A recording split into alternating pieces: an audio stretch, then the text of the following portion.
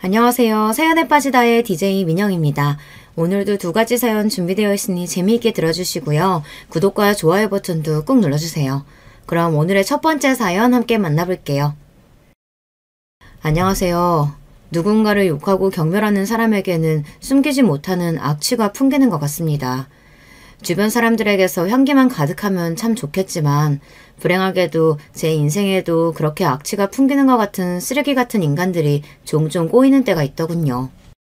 하지만 그런 인간들을 만났을 때에도 어떻게 하면 슬기롭게 그 쓰레기들을 분리수거할 수 있을지 그걸 고민하고 쓰레기들이 원래 있어야 할 자리로 돌려보내는 것이 또 인생을 살아가는 사람들에게 주어진 역할이 아닐까 그런 생각을 해봅니다. 저는 시댁에서 동서들에게 죽을 것 같은 괴롭힘을 당하다가 역으로 시원하게 동서들에게 한 방 먹여준 이제 시집 온 지 7년 차에 접어든 여자입니다. 맏며느리로 시집을 오게 되어 집안의 굳은 일이랑 굳은 일은 다 도맡아서 했었는데 저에게 훈장처럼 주어진 것은 동서들의 괴롭힘 뿐이었네요. 결혼만 하고 나면 별천지가 펼쳐질 줄 알았던 제 인생에 동서들이란 악역이 등장하면서부터 제 인생이 굉장한 한편의 대하드라마 같아졌거든요. 처음에는 내가 왜 이런 수모를 당하고 고생을 해야 하나 서럽기만 했었는데 일이 잘 풀려서 그런지 이제 속 시원하고 오히려 동서들을 제대로 골려준 덕분에 집안에서 맏며느리의 위험도 제대로 잡을 수 있고 이제는 동서들도 형님 무서운 줄 알고 함부로 행동하는 일은 없게 됐으니 저도 조금은 편안한 마음으로 이렇게 사연을 써서 보내게 되었어요. 그럼 제 이야기를 한번 시작해 보겠습니다. 흙스저, 낮은 학벌, 이런 것들이 꼬리표로 붙는 순간 사람의 인생이 얼마나 각박해지는지 아시나요?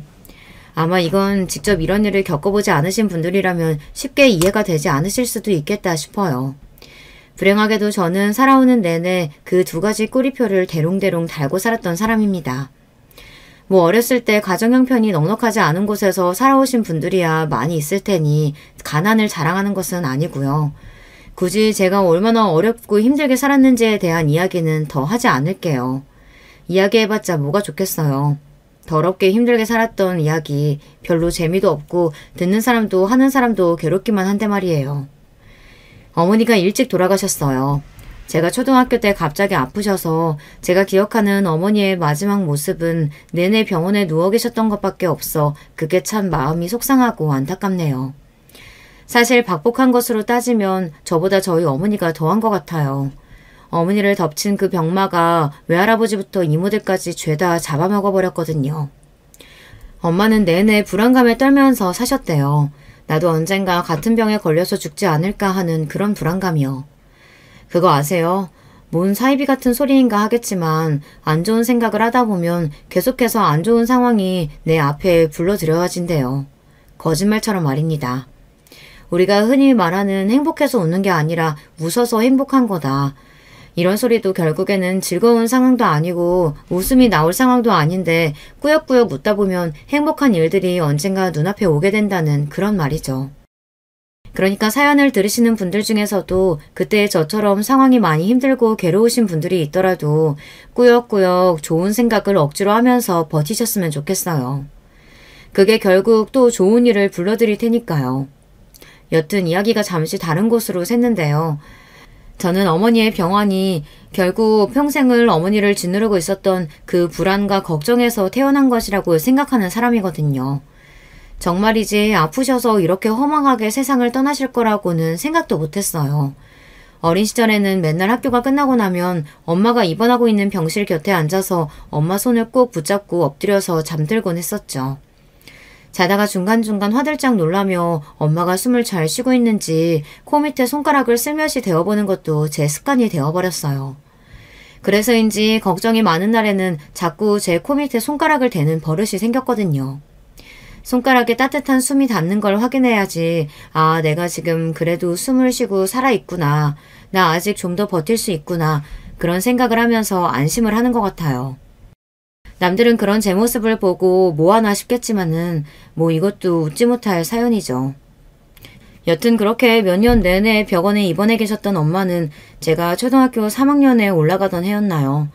병실에 들어가니까 입술이 바짝 말라가지고는 소화가 또 안 되는지 일어나서 가슴을 퍽퍽 때리고 계시더라고요. 제가 놀라서 얼른 달려가서 엄마 등을 두드려주고 있으니 엄마가 저한테 500원짜리 동전 하나를 쥐어주며 얼른 슈퍼에 나가서 사이다 하나만 사오라고 그러셨어요. 엄마가 병원에 들어가기 전에부터 소화가 잘 안 된다면서 식사를 하고 나시면 꼭 사이다를 밥 대접에 잔뜩 담아가지고 시원하게 들이키시곤 했었거든요. 저는 그 옆에 앉아서 엄마를 내동 쳐다보고 있다 밥그릇에 맨 마지막에 엄마가 저 주려고 남겨놓은 사이다 한 모금 그거 하나를 얻어마시고요. 엄마가 사이다를 사오라고 하니까 괜히 그때 생각이 나서 코끝이 찡하더라고요. 그때 눈물이 날 것 같아 코를 꼭 쥐고 슈퍼까지 사이다를 사러 뛰어갔던 게 마치 어제 일처럼 생생하게 기억이 납니다. 사이다를 한 캔 사다 드리니까 예전처럼 컵에 담아 시원하게 사이다를 쭉 들이키시고는 이제야 좀 살 것 같다면서 퍽퍽 치던 가슴팍을 편안하게 위로 오르락 내리락 하면서 잠에 드셨어요. 그걸 보고 저도 안심하고 평소처럼 엄마의 손을 주무르며 옆에서 편안하게 잠이 들었고요. 그날은 간만에 엄마가 건강하던 시절의 꿈을 꾸었던 것 같아요. 뭐 때문인진 모르겠지만 꿈속에 엄마는 너무 즐겁다는 듯 박수를 치면서 막 웃고 계셨고요. 저는 엄마가 전혀 안 아파 보여서 그게 너무 좋았고요. 그게 꿈인 거를 뻔히 알고 있으면서도 아, 나는 이 꿈에서 오늘은 안 깼으면 좋겠다. 그냥 계속 이대로 잠들어 있었으면 좋겠다 하면서 입맛을 쩝쩝 다시고 있었던 것 같아요. 그런데 그때 누가 제 어깨를 세차게 흔들어서 행복한 단꿈에 빠져있던 저를 잔혹한 현실 속으로 끄집어냈습니다. 바로 저희 아버지였어요. 은영아, 어떡하면 좋니? 어머니 어떡하면 좋아? 잠에서 막 깨서 정신이 하나도 없었는데 저보다 병실에 있는 사람들이 더 정신이 없어 보인다는 것은 한눈에 알겠더라고요. 저희 엄마가 있는 병실에 이 병원에 있는 의사란 의사는 다 모인 것 마냥 사람들이 가득 차 있고 엄마는 평소에 침대에 누워있는 것 같았는데 어딘가 이상했습니다. 방금까지 분명 엄마의 손을 주무르며 잠이 들었던 것 같은데 의사들에게 둘러싸인 엄마의 모습은 어딘가 싸늘하고 뻣뻣했습니다. 심폐소생술을 하느라고 위아래로 크게 오르락내리락 하는 엄마의 멍든 가슴을 보며 이게 무슨 상황인지 현실로 돌아오지 못하고 멍하니 바라보고 있는데 아버지가 황급히 제 눈을 갈아주셨어요. 제가 깜빡 잠이 들어있는 동안 어머니에게 심정지가 왔던 거예요. 그제서야 제가 소리를 지르며 아버지를 끌어안고 오열을 하기 시작했습니다.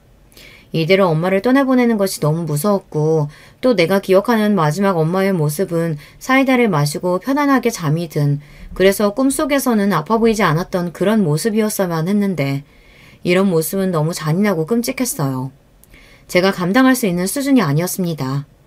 엄마의 이런 모습이 평생 동안 남아있을 거라고 인정하고 싶지 않았습니다. 아버지는 저를 끌어안고 저보다 더 큰 소리로 펑펑 우셨어요. 괜찮을 거라면서요. 아무리 머릿속으로 괜찮다는 생각을 많이 하고 있었음에도 불구하고 제 마음속에 있던 불안과 걱정이 좋지 않은 상황을 제 앞으로 훌쩍 끌어당겨 놓아버린 걸까요? 어머니는 결국 그날 심폐소생술에도 의식이 돌아오지 않으셨고 짧은 생을 마감하시게 되었습니다. 그래도 마지막에 엄마가 좋아하시는 사이다 한 잔을 먹여서 보낼 수 있어서 얼마나 다행인지 몰라요. 아직도 제가 엄마 기일 때마다 상에는 잊지 않고 사이드를 올리거든요. 하늘나라 올라가서 이제 속 답답한 거 없을지 몰라도 그래도 엄마 좋아하는 거니까 한 잔 시원하게 들이키고 가시라면서요.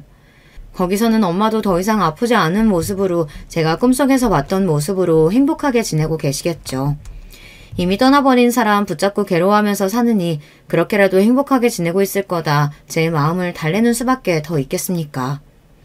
어머니가 떠난 이후로 가족이라고는 아버지와 저 이렇게 단 둘밖에 남지 않게 되었어요. 어머니가 떠난 직후여서 그런지 몰라도 아버지와 제 사이는 연휴 모내지간보다는 꽤나 애틋했습니다. 아버지의 직업 특성상 한번 일을 하러 떠나시면 며칠이고 집에 들어오지 않으시는 날들도 많았지만 그때마다 저를 친한 친구분의 집에 맡겨두고 가셨어요. 혼자 있는 딸에게 혹시라도 무슨 일이 생길까 싶어서 아버지 딴에는 가장 믿을 만한 친구분에게 저를 잠시 동안 맡겨두는 것이 가장 안정적인 방법이라고 생각하셨겠죠. 대체 무슨 일을 하시길래 그렇게 어린 딸을 두고 며칠씩이나 집을 비우시냐고요? 제가 장난삼아 아버지에게 그래요. 남의 뒷조사를 하면서 밥 벌어먹고 사는 직업이라고요. 아버지도 웃으시면서 그러니까 너는 크면서 절대 나쁜 짓 저지르고 살면 안 된다고. 법원에서는 판검사가 최고일지 몰라도 이런 뒷골목에서는 아버지를 이길 사람이 없다고 항상 그러셨거든요. 저희 아버지의 직업이 뭐냐고요? 조금 생소하실 수도 있는데 흥신소를 하셨어요. 보통은 바람난 남편을 잡으려고 아니면 회사에서 뭐 사고치고 도망간 사람을 잡으려고 돈을 빌리고 갚지 않은 사람을 잡으려고 저마다의 사연을 가지고 사람을 좀 찾아달라. 이 사람을 이겨먹을 수 있는 방법을 알려달라 하면 정말 아버지는 먼지 한 톨도 남기지 않고 그 사람의 과거부터 현재 생활까지 남김없이 탈탈 털어다가 주고 돈을 받는 그런 직업을 가지신 분이었죠. 너희 아버지 때문에 우리 집 완전히 파탄났어. 알고 있어? 뭐 잘난 직업이라고.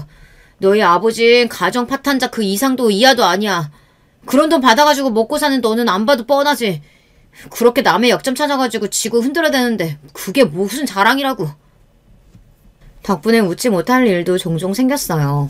아버지를 찾아오셔서 바람남 내 남편 좀 찾아달라고 거액의 돈을 내고 가신 분들 중에서는 동네에서 한 달이 건너면 얼굴을 다 아는 사람들도 있었으니까요. 모르겠어요. 저는 그냥 그렇게 생각했거든요. 저희 아버지는 정보만 캐다 줬을 뿐이지 잘못은 저쪽에서 저지른 건데 왜 우리 아버지가 욕을 먹어야지 하고요. 오히려 이걸 덮어놓고 모르고 살았으면 더 억울할 뻔했을 것을 아버지 덕분에 알고 잘 피해가게 되었으면서 되려 고마워해야 하는 건 아닌가요? 그렇게 생각했었는데 또 막상 그 일을 겪어본 사람들 입장에서는 그런 게 아니었나 봐요. 저희 아버지에게 가정 파탄범의 주범이라고 돈만 주면 뭐든지 다 하는 사람이라고 손가락질하는 사람들도 있었죠. 말 함부로 하지 마. 우리 아빠 그런 일 하는 사람 아니거든? 우리 아빠는 그냥 사설 탐정 같은 사람인 거야. 바람은 니네 아빠가 피워놓고 왜 애꿎은 우리 아빠를 니네 가족 박살낸 것처럼 그렇게 이야기해. 따져서 묻고 싶거든. 니네 아빠한테 가서 물어봐. 왜 바람 피웠냐고. 왜 집 버리고 도망갔냐고.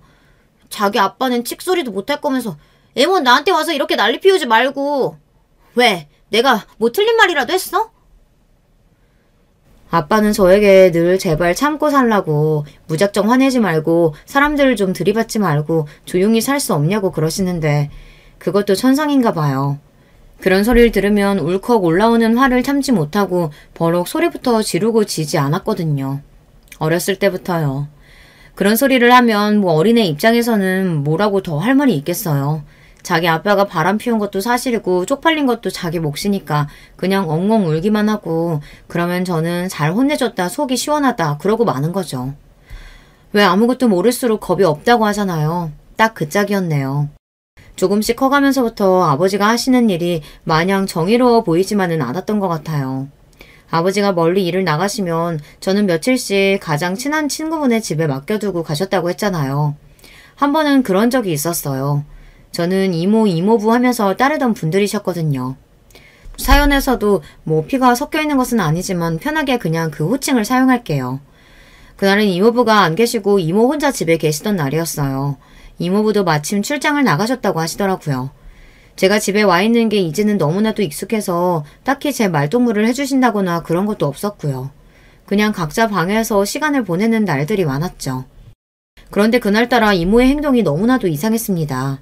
전업주부였던 이모는 남편을 따라 이 지역으로 이사를 오게 된 거라고 들어서 이쪽에 연고도 하나 없고 친구도 없어서 매일같이 이모부와 시간을 보낸다고 들었었는데 어딜 나가시는 건지 콧노래까지 부르면서 화장대 앞에서 정성스레 화장을 하는 모습을 보이더라고요.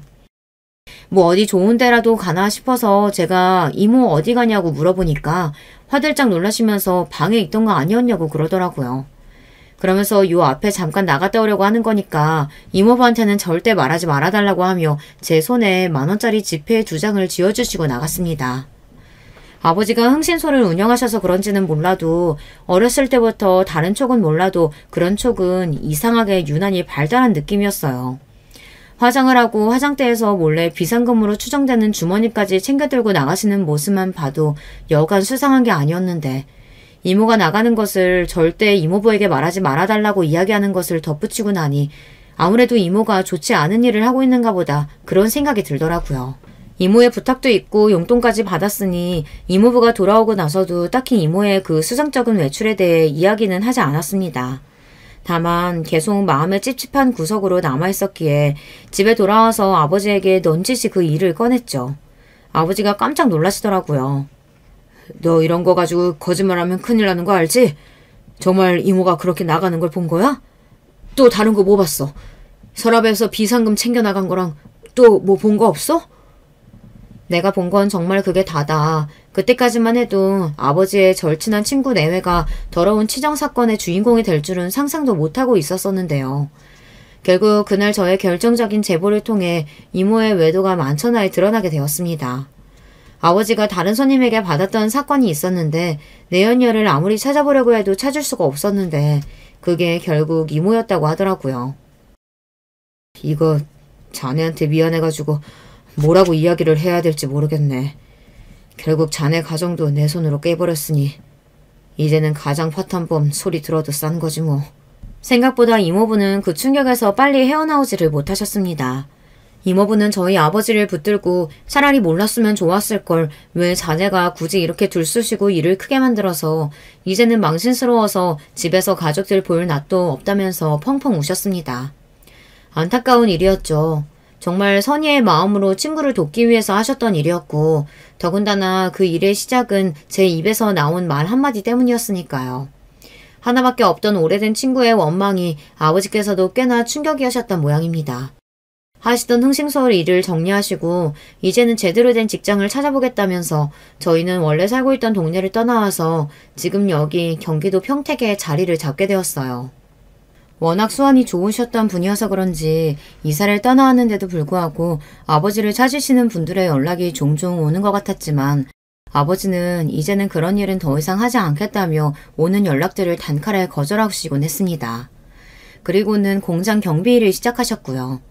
저 역시도 대학 진학에는 큰 뜻이 없기도 했고 중요한 시기들마다 어머니 돌아가셨지 이렇게 원치 않게 이사를 오게 돼 어딘가 마음을 먹고 정착하기 참 어려운 시기였어요. 고등학교를 졸업하자마자 무작정 뿌린 이력서에서 연락이 오는 곳을 아무데나 붙들어 잡고 그렇게 일을 시작했습니다. 그곳에서 만나게 된 게 바로 남편입니다. 제가 어떻게 결혼을 했냐는 이야기를 또 시작하면 이것도 웃겨요. 사람들은 완전 신데렐라가 따로 없다는 말을 저에게 하거든요. 이렇게 먼지 구덩이 속에서 사는 신데렐라가 대체 어디 있냐고 그 이야기를 들을 때마다 저는 단호하게 반박하지만 사실 사람들이 그런 이야기를 하는 것도 과언은 아니죠. 고등학교를 막 졸업하고 말단 사원으로 들어간 저와 회사를 물려받는답시고 회사에서 경영 수업을 받는다고 새파랗게 어린 놈이 높은 직급을 달고 들어온 저희 남편은 처한 환경만 놓고 봤을 때는 절대 어울릴래야 어울릴 수 없는 만나고 싶어도 만날 수가 없는 하늘과 땅 같은 거리감이 존재했으니까요. 그래서 구체적으로 어떻게 만났냐는 이야기를 물으면 제가 그러거든요. 정말 너무 뻔한 드라마 같지만 첫눈에 반해서 남편이 먼저 결혼을 하잡시고 졸졸 쫓아다녔고 저는 그런 남편의 집안 환경이 너무 부담스러워서 당신 같은 사람은 못 만난다고 하고 계속 피해 다니다가 결국 못 이기는 척 마음을 받아주게 되었다고요. 전형적인 신데렐라 스토리가 따로 없죠. 그런데 제가 그걸 깜빡했더라고요. 이런 전형적인 신데렐라 스토리에는 집안의 극심한 반대와 결혼하고 나서도 시댁의 어마어마한 압박이 항상 존재한다는 사실이요. 잠시나마 사랑에 눈이 멀어 그것 때문에 남편의 마음을 계속 거절하고 있었던 것조차 깜빡했었던 거예요. 아니 어디서 이렇게 말도 안 되는 애를 데리고 와서 결혼을 하겠다는 거니? 너 우리 집이 어떤 집인지 잊은 거야? 어디서 이런 근본도 없던 애를 데려와가지고 결혼하겠다고? 너 정말 엄마 죽는 걸 보고 싶어? 그래서 지금 이 난리 피우는 거야? 누군가의 만남이 누군가에게는 죽고 싶은 일이 될 수도 있다는 것도 남편과 결혼을 허락받는 과정에서 처음 알게 되었네요. 별별 수모를 다 당했던 것 같습니다. 처음 만나는 자리에서 아버님께서는 낯이 익는다며 저를 유심히 살펴보시더니 이내 제 직업을 들으시고 더 들을 가치도 없다면서 자리를 박차고 일어나 버리셨어요. 어머님 역시 내 눈에 흙이 들어가기 전까지는 이 결혼은 허락할 수 없다시며 저희의 결혼을 극구 반대하셨죠.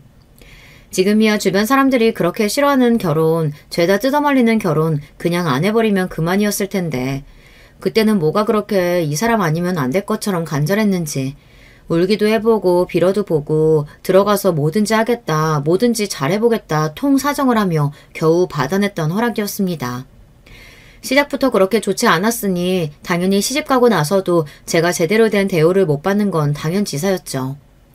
아직 결혼을 안 하신 분들이 있다면 그 이야기도 꼭 한번 해주고 싶었어요. 어찌됐든 인생의 선배잖아요. 제가 요즘 사람들에 비하면 나이도 훨씬 더 먹을 만큼 먹었으니까요. 굳이 나를 그렇게 깎아내려가면서 나를 낮춰가면서 결혼을 할 필요가 전혀 없다는 말을 해주고 싶었습니다. 저야 이미 지나버린 일 후회하지 말자는 주의이기도 하고 이제 와서 어쩌겠어요. 그렇게 납작 엎드려서 받아낸 허락인데 무르기라도 할 거예요. 억울해서라도 꾸역꾸역 잘 살아야겠다는 마음이죠.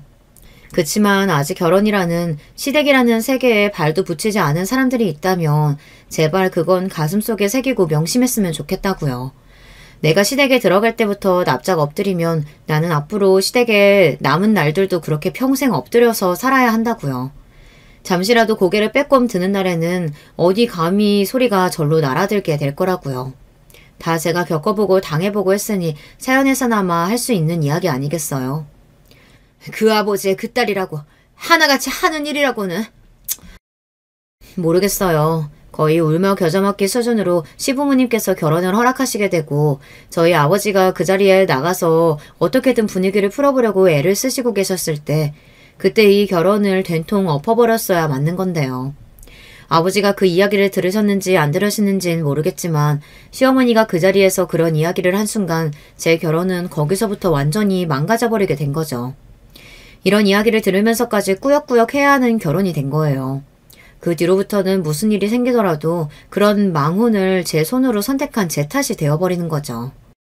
낯선 시댁에서 생활을 해야 했던 것 하나만으로도 적응되지 않고 못 견디게 힘들었는데 더군다나 남편이 장남이잖아요.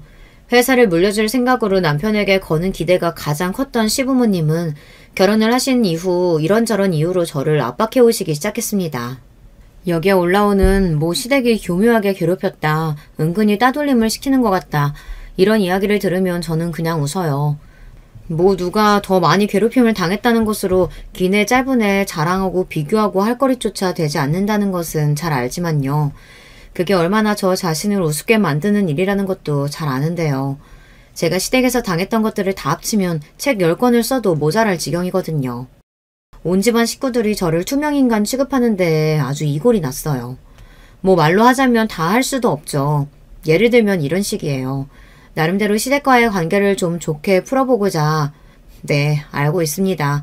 이렇게 나서서 굳이 마음 주지 않는 시어머니에게 절절매고 있는 것이 무수리 짓이라는 것을요. 그런데 어쩌겠어요. 남편이 좋아서 결혼을 한 거고 시부모님을 모시고 살아야 하는 입장이니 여기서 더 분란을 일으키지 말자는 심정으로 저도 그랬던 거죠. 여튼 시댁과의 관계를 좀 좋게 풀어보고자 장이라도 봐서 좋아하는 음식을 해드려야겠다 싶어가지고 저녁상을 차려놓고 식사를 하면서 여쭤보는 거예요. 어머님 내일은 무슨 요리를 좀 할까요? 아버님 평소에는 어떤 음식을 주로 드세요?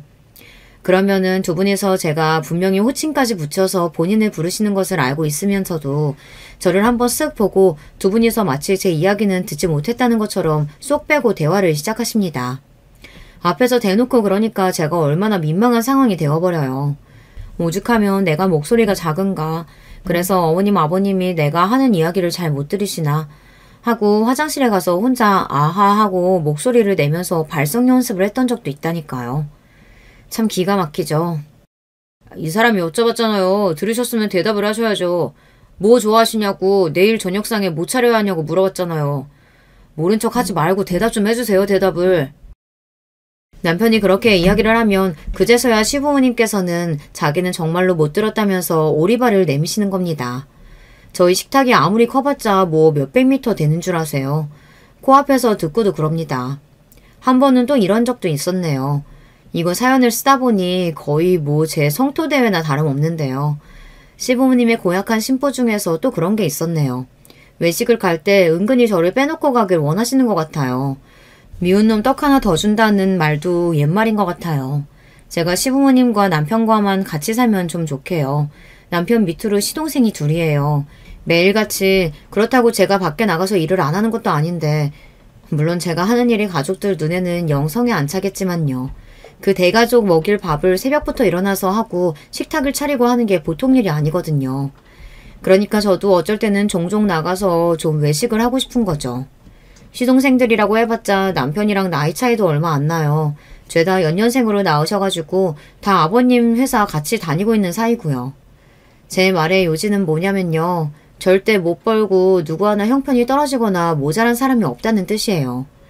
그런데도 다 같이 외식을 가면 어머님이 은근슬쩍 계산서를 제 앞으로 밀어주시는 거예요. 뭐가 됐든지 간에 가족들이 다 같이 먹는 밥은 맏며느리가 사야 하는 법이라나요. 저 시집와서 그런 법이 있는 줄도 처음 알았네요.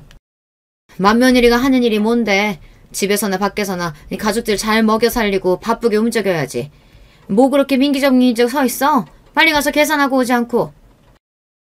아무리 그래도 대식구예요. 시부모님의 남편의 저의 시동생 둘까지 하면 6명이에요.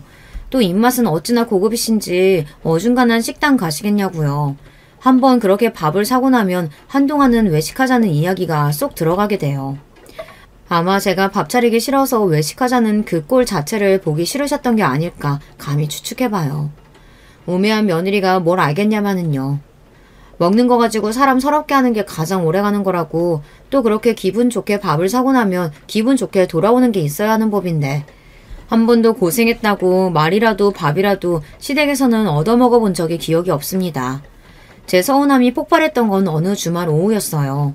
그날도 어김없이 시동생들 빨래까지 산더미인 식구들 빨래를 마치고 나서 겨우 작은 방에 들어가서 숨을 돌리고 있는데 깜빡 잠에 들고 말았습니다. 왜 그런 상태 있잖아요. 잠든 것도 아니고 그렇다고 막 깬 것도 아닌 비몽사몽한 상태요. 그런 상황에서 누가 작은 방 문을 쓱 열어보시더군요.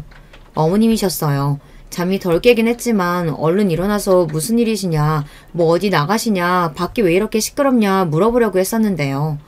어머님은 분명히 저랑 눈이 마주쳤음에도 불구하고 문을 쓱 닫고 나가셔서 애 잔다, 우리끼리 가자 하시는 거예요. 이미 잠에서 깬 제가 그 말소리를 뻔히 들은 걸 알면서도 어떻게 제 앞에서 그렇게 등을 돌리실 수 있는지 싶었어요. 한참을 돌아오지 않는 가족들을 기다리다 집에서 대충 라면으로 저녁을 때우고 나니 9시가 넘는 시간이 돼서야 가족들이 집으로 돌아왔죠. 일어났어? 많이 피곤했던 모양이네. 어머님이 당신 누가 업어가도 모르게 세상 곤히 자고 있다고 해서 나도 깨우지 말자고 하고 나왔는데. 우리 나가서 저녁 먹고 왔어. 그러니까 같이 먹었으면 좋았을 텐데 하필 그때 당신이 딱 잠들어가지고. 이거는 눈치가 없는 건지 아니면 바보인 건지 그렇게 밖에서 시끄러운 소리를 내고 문까지 열어봤는데 잠기 밝은 자기 마누라가 못 일어날 리가 있겠냐고요. 제가 거기서 참아왔던 울분을 토해냈어요. 누구는 먹을 줄 몰라서 안 먹는 줄 아냐고, 왜 사람이 치졸하게 먹을 거 가지고 그러시냐고요. 어머님은 눈을 동그랗게 뜨시고 애가 됐든 왜 이러냐고, 네가 아직 잠이 덜 깼나 보다고 저를 막 뜯어말리시는데 그때 눈에 뵈는 게 없는 상태였던 것 같아요. 어머님, 아까 문 열고 들어오셨을 때 분명히 저랑 눈 마주치셨잖아요. 제가 무슨 일로 그러시냐고 일어나서 여쭤보려고 하기도 전에 어머님이 먼저 문 닫고 나가셔서 저 잔다고 가족들한테 그렇게 말씀하신 거잖아요. 그렇게 저 떼놓고 식사하시고 싶으시면 차라리 그냥 치졸하게 거짓말하지 마시고 속 시원히 말씀을 하시지 그러셨어요. 그러면 괜히 이상한 오해하면서 이렇게 사람 서럽게 만들 일은 없을 거 아니에요. 대체 왜 그러시는 거예요? 제가 이야기를 하자 저희 어머니는 또 펄쩍 뛰면서 남편과 시동생들한테 자기가 그런 게 절대 아니라고, 자기는 분명히 자는 줄 알았다고 뻔히 보이는 거짓말을 하십니다. 남편이고 뭐고 다 꼴보기 싫어서 내일 밥은 알아서들 차려 드시라고 이야기하고 작은 방 문을 쾅 닫고 들어갔어요. 다음날 늦지막히 일어나 보니 모여서 알아서 밥들 잘 차려 먹고 제가 챙겨주지 않아도 알아서 손 까딱 잘 할 줄 아는 사람들이더라고요. 어머니가 오해했다고 그러시더라. 우리가 뭐 그렇게 얌체 같은 사람들도 아니고 설마 며느리 밥 한 끼 사 먹이기 싫어서 자나보다 하고 문 닫고 나갔겠니? 너도 어른들 보는 앞에서 그렇게 큰 소리로 화내는 거 아니다. 아무리 화가 나는 일이 있어도 그렇지 어디 버르장머리 없이 며느리가 돼서는 문을 그렇게 쾅쾅 닫고 들어가? 어쨌든 어제는 너희 시어머니가 오해한 것도 있다고 하니까 너무 마음에 담아두지 말고 그냥 풀어라. 집안 시끄럽게. 그래도 꽤 미안하시긴 했던 모양이에요. 아니면 그냥 단순히 못된 시어머니가 되고 싶지 않으셨던 걸까요? 사과가 뭐 어려운 거라고 그거 하나도 하기 싫으셔가지고 시아버지를 통해서 사과를 전달받아 꾸역꾸역 하시더라고요. 그래서 저도 그냥 네 알겠다고, 앞으로는 안 그러셨으면 좋겠다고, 평소 같았으면 싸가지 없다고 혀를 끌끌 찰 말투였음에도 찬바람이 쌩쌩 불게 그렇게 대답을 했어요. 그래도 그때 조금이나마 어머님이랑 싸워준 덕분에 한동안은 잠잠하게 잘 지낼 수 있었는데요. 이번엔 동서들이 나타났습니다. 시어머니의 시집살이는 시집살이도 아니었다 싶을 정도로 더 지독한 인간들이 저희 집에 나타난 거예요. 시동생들도 나이가 꽤 있었고 시동생들 같은 경우에는 장남한테 무조건 회사를 물려주겠다는 아버지의 신념이 얼마나 안 이꼽게 들렸겠어요.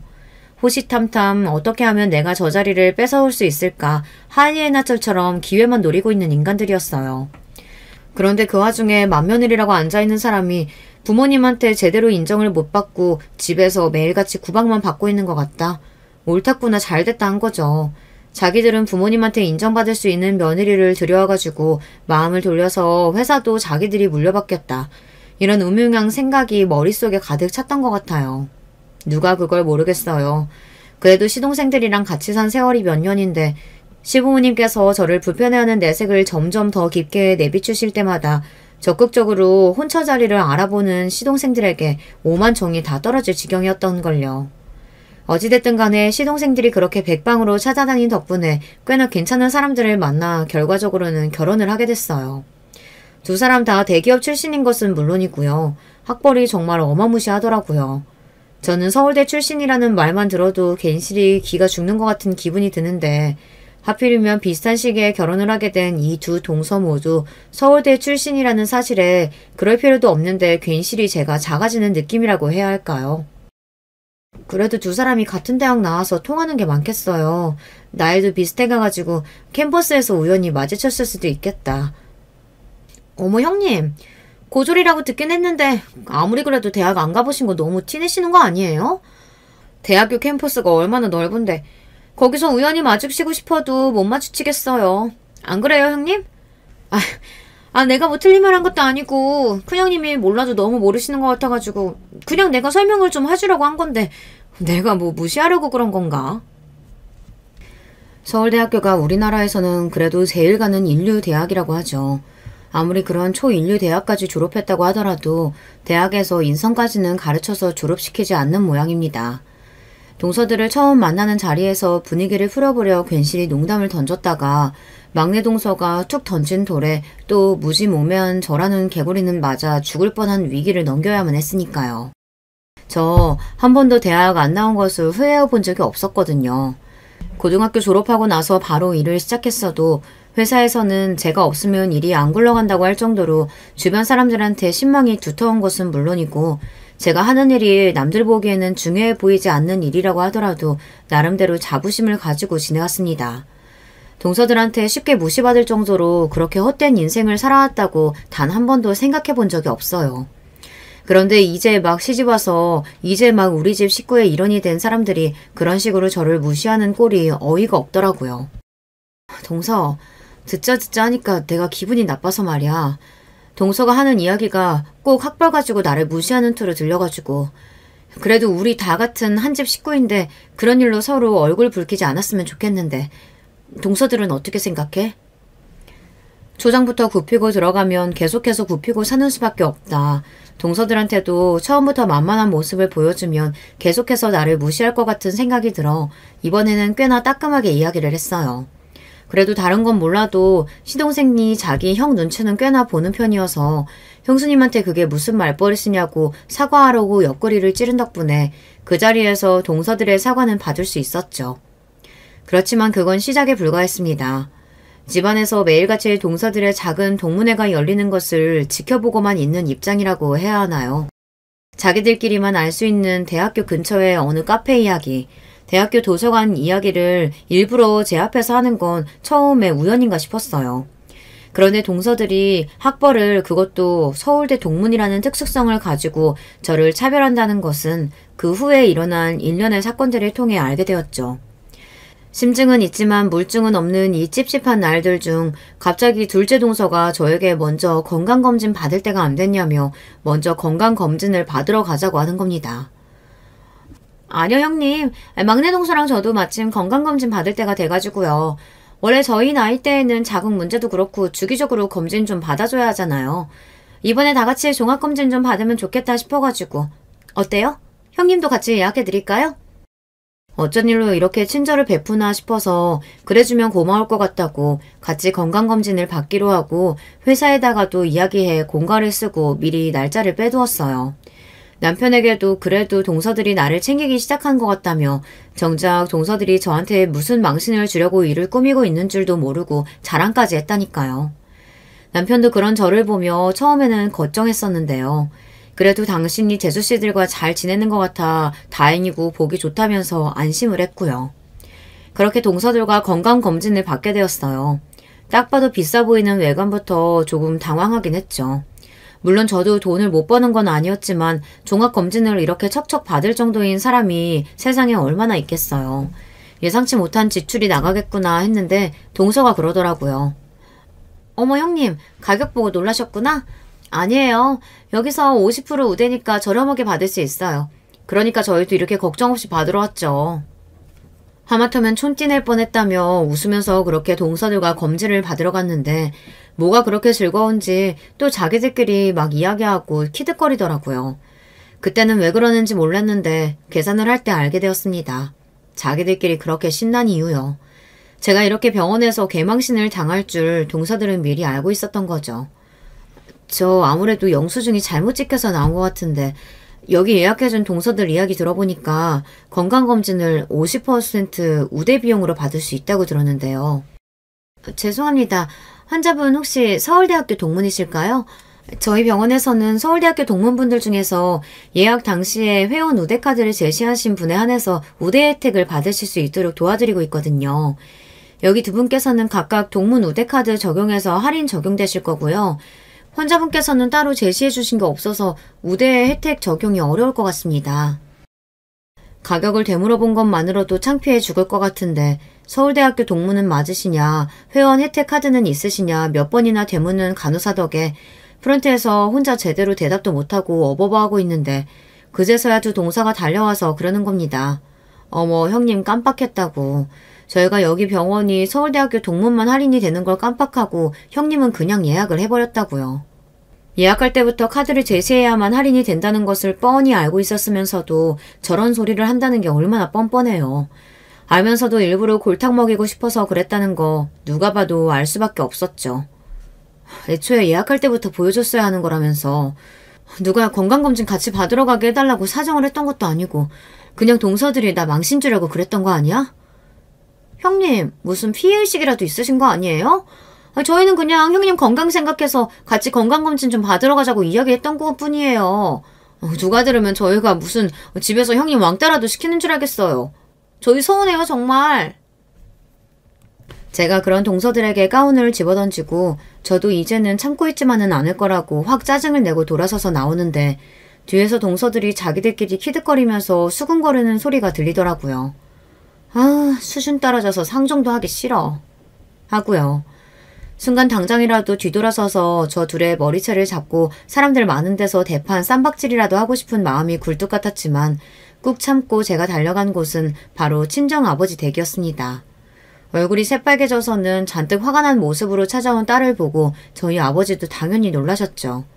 대체 무슨 일이냐고 물으시는 아버지에게 제가 그동안 동서들과 있었던 일을 상세하게 이야기했습니다. 부잣집에 딸 시집 보내놨다고 잘 지내고 있을 거라고 생각했었는데 그놈의 집구석에서 그런 취급이나 받고 있을 거라고는 생각도 못 하셨을 거예요. 아버지가 상처받길 원하지 않았기 때문에 저도 여태까지 말 한마디 안 하고 혼자 속으로 삭히고 꾹 참아왔던 거였는데 도저히 못 참겠더라고요. 다른 건 됐어요.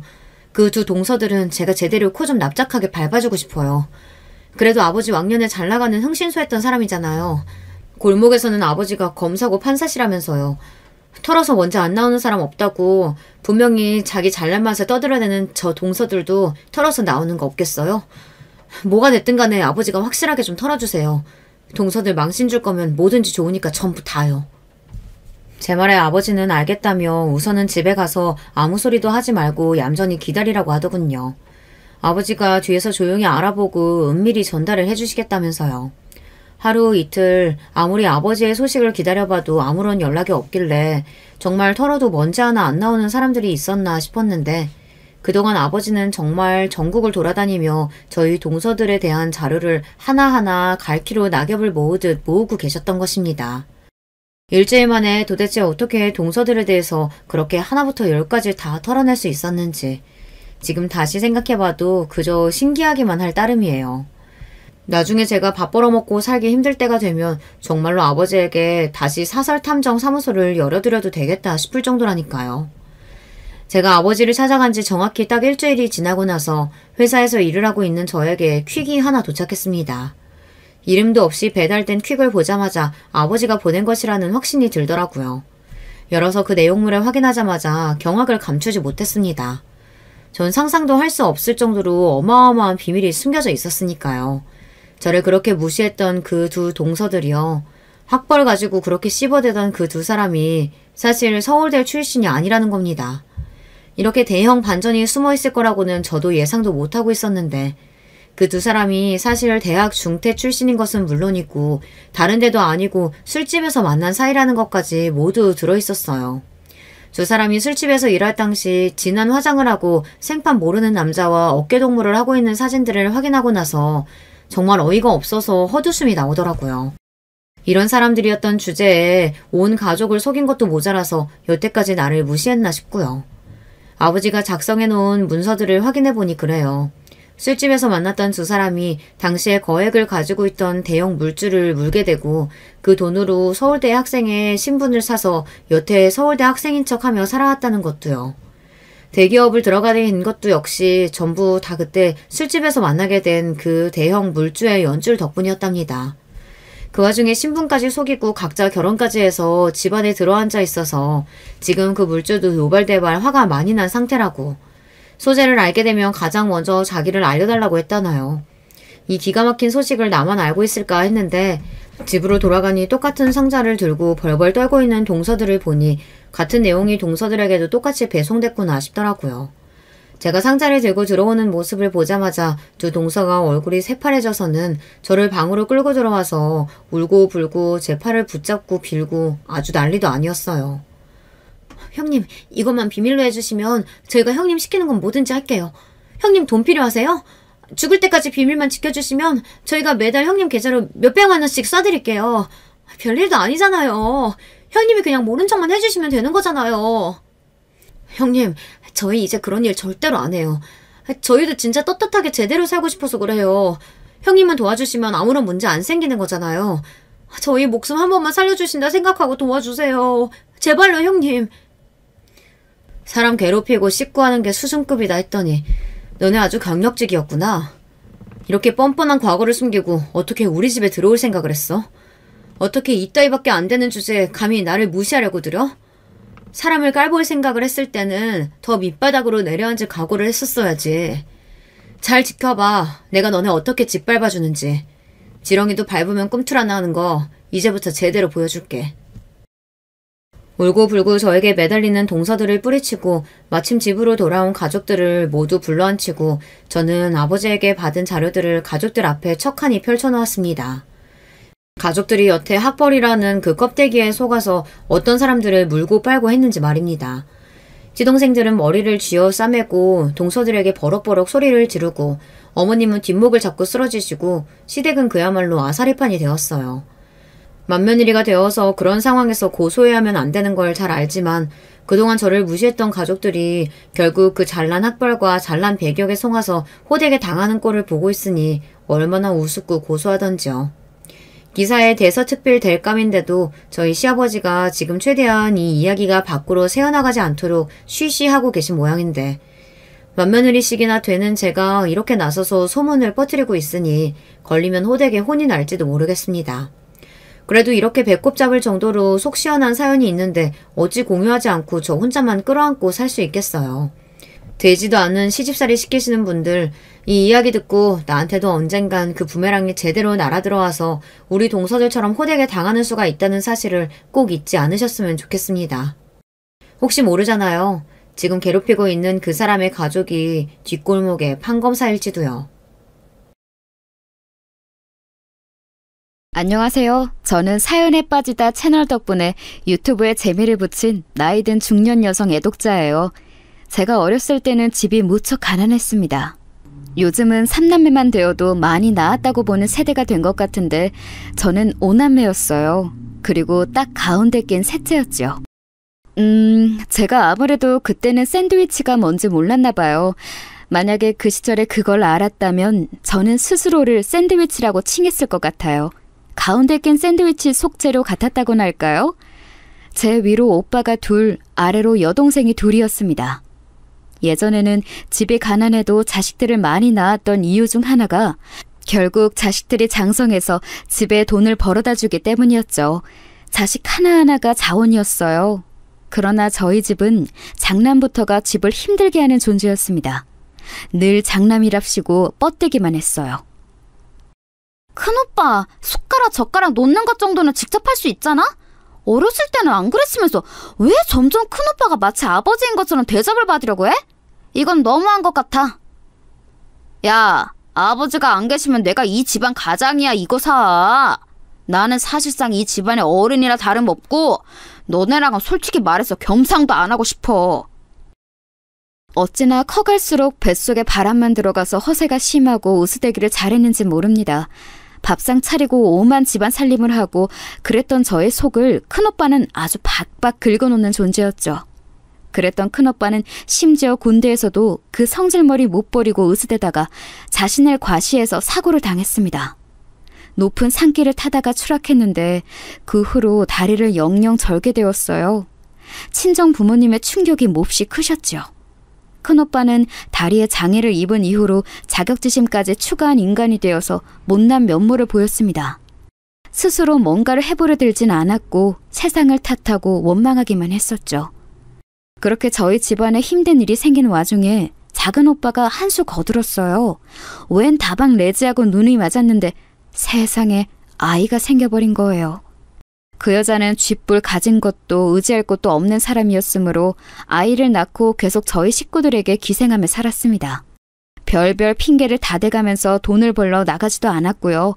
그래서 제가 오만 마음고생 몸고생을 다 했는데요. 너무 슬펐던 건 친정 부모님이 제 편을 안 들어주셨다는 거예요. 제가 진짜 가슴에 피눈물이 철철 흘렀어요. 저는 가슴에 한이 맺혀 있었는데 아무도 저를 이해해주지 않았습니다. 저와는 달리 여동생들은 진작에 철딱서니가 없었고 친정 어머니한테는 차마 말대꾸하고 까불기 겁나니까 만만하게 저에게 달려준 적도 많았습니다. 이리 치이고 저리 치이며 살아왔던 듯 싶어요. 짐작하고도 남으시겠지만 저는 일찍이 가족의 생계를 위해 돈벌이에 뛰어든 사람이었습니다. 학교는 중학교까지만 공부를 마쳤고요. 당시에 가난보다 더욱 힘들었던 것은 가족들 사이에서 제가 항상 우울할 수밖에 없었던 그 푸대접이었던 것 같습니다. 가난한 건 차라리 버틸 수 있었네요. 비슷한 형편의 집들이 도처에 꽤 널려 있었으니까요. 하지만 너덜해진 마음의 상처는 독하게 저를 파고들었죠. 그럴 때 만난 인연이 있었어요. 그 이름도 저에게 몹시 애틋한 미정언니였습니다. 저는 친언니가 없었기에 미정언니의 존재는 저에게 따스한 위안과 버팀목이 되어주었어요.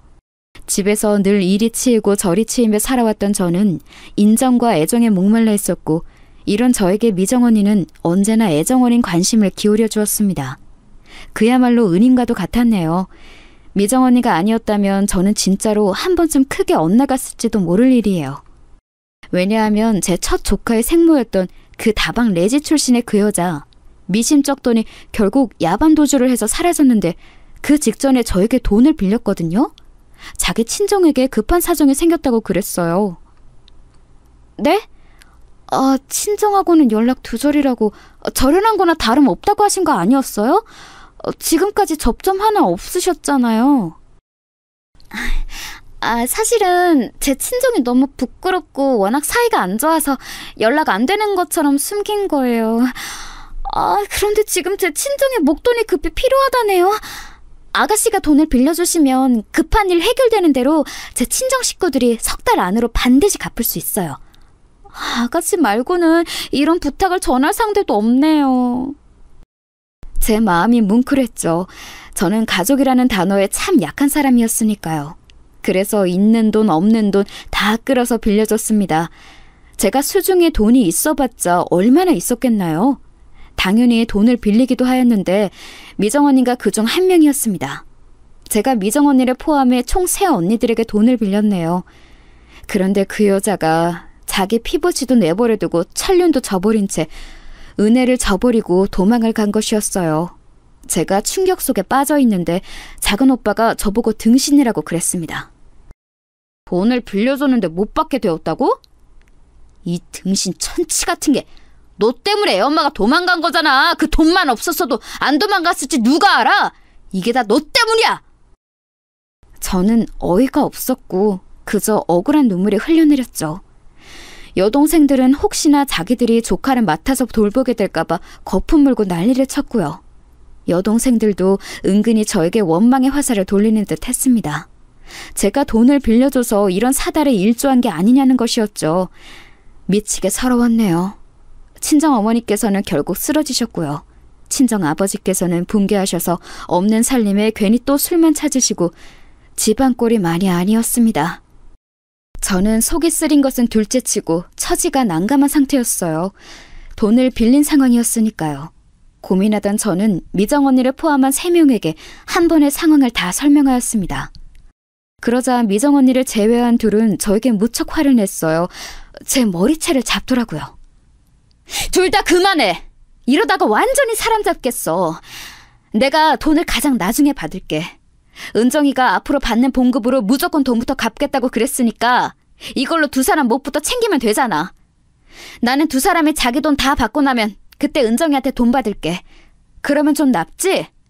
그러니까 이제 은정이를 놔줘. 가뜩이나 자기 새언니한테 배신당하고 다른 자기 가족들한테 원만 받고 그러느라 은정이 본인이 가장 힘들 텐데 두 사람까지 너무 그러지 마.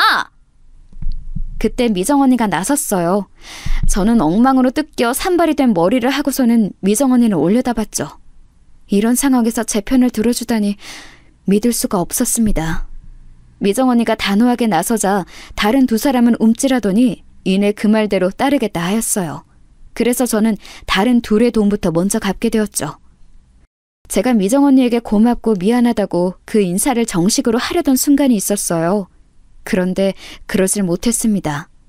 왜냐하면 미정 언니가 제 머리를 천천히 쓰다듬어 주었고 저는 그 즉시 울음이 터졌거든요. 아이고 이거사. 고작 이런 작은 위로에도 눈물이 터져 나오는데 네 속이 이렇게 여린데 가족들의 기대와 비난을 늘 동시에 짊어지고 어떻게 살아왔니? 나도 대인배하고는 거리가 멀어.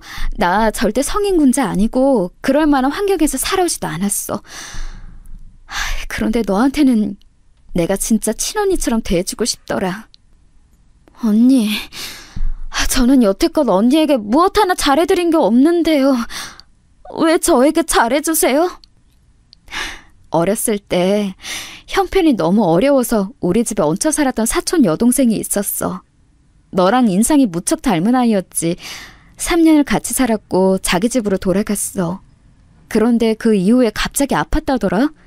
복통을 일으켰다는데 이틀을 배를 문질러주고 손을 따고 그래도 차도가 없어서 약을 타다가 먹였는데도 여전해서 결국에 병원을 데려갔다고 해. 그런데 하루 만에 세상을 떠났어. 이미 시기를 놓친 후였거든. 아팠을 때 바로 데려왔으면 살 수 있었대.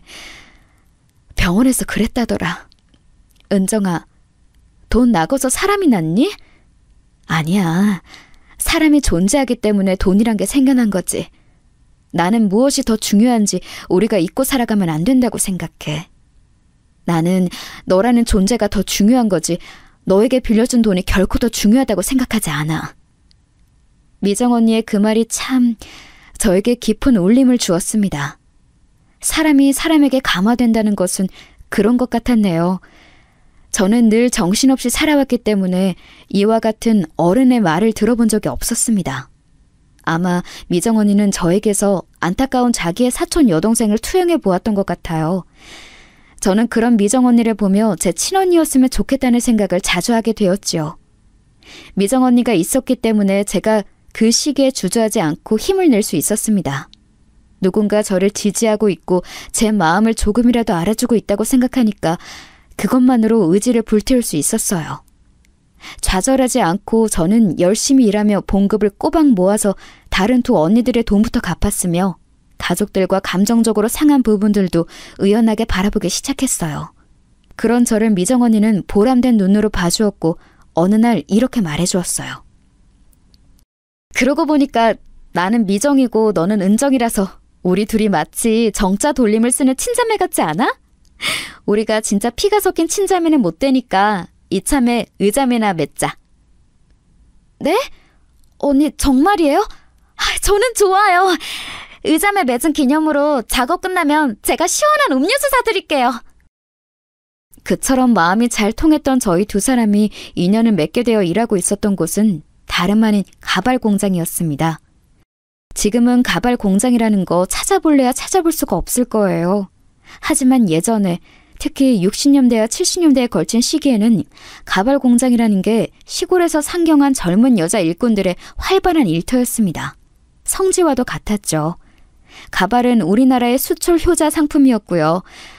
여러분 혹시 가발이 인조 모발을 이용하는 가발과 진짜 사람의 머리카락을 모아서 만드는 인모 가발로 종류가 나뉜다는 거 알고 계신가요?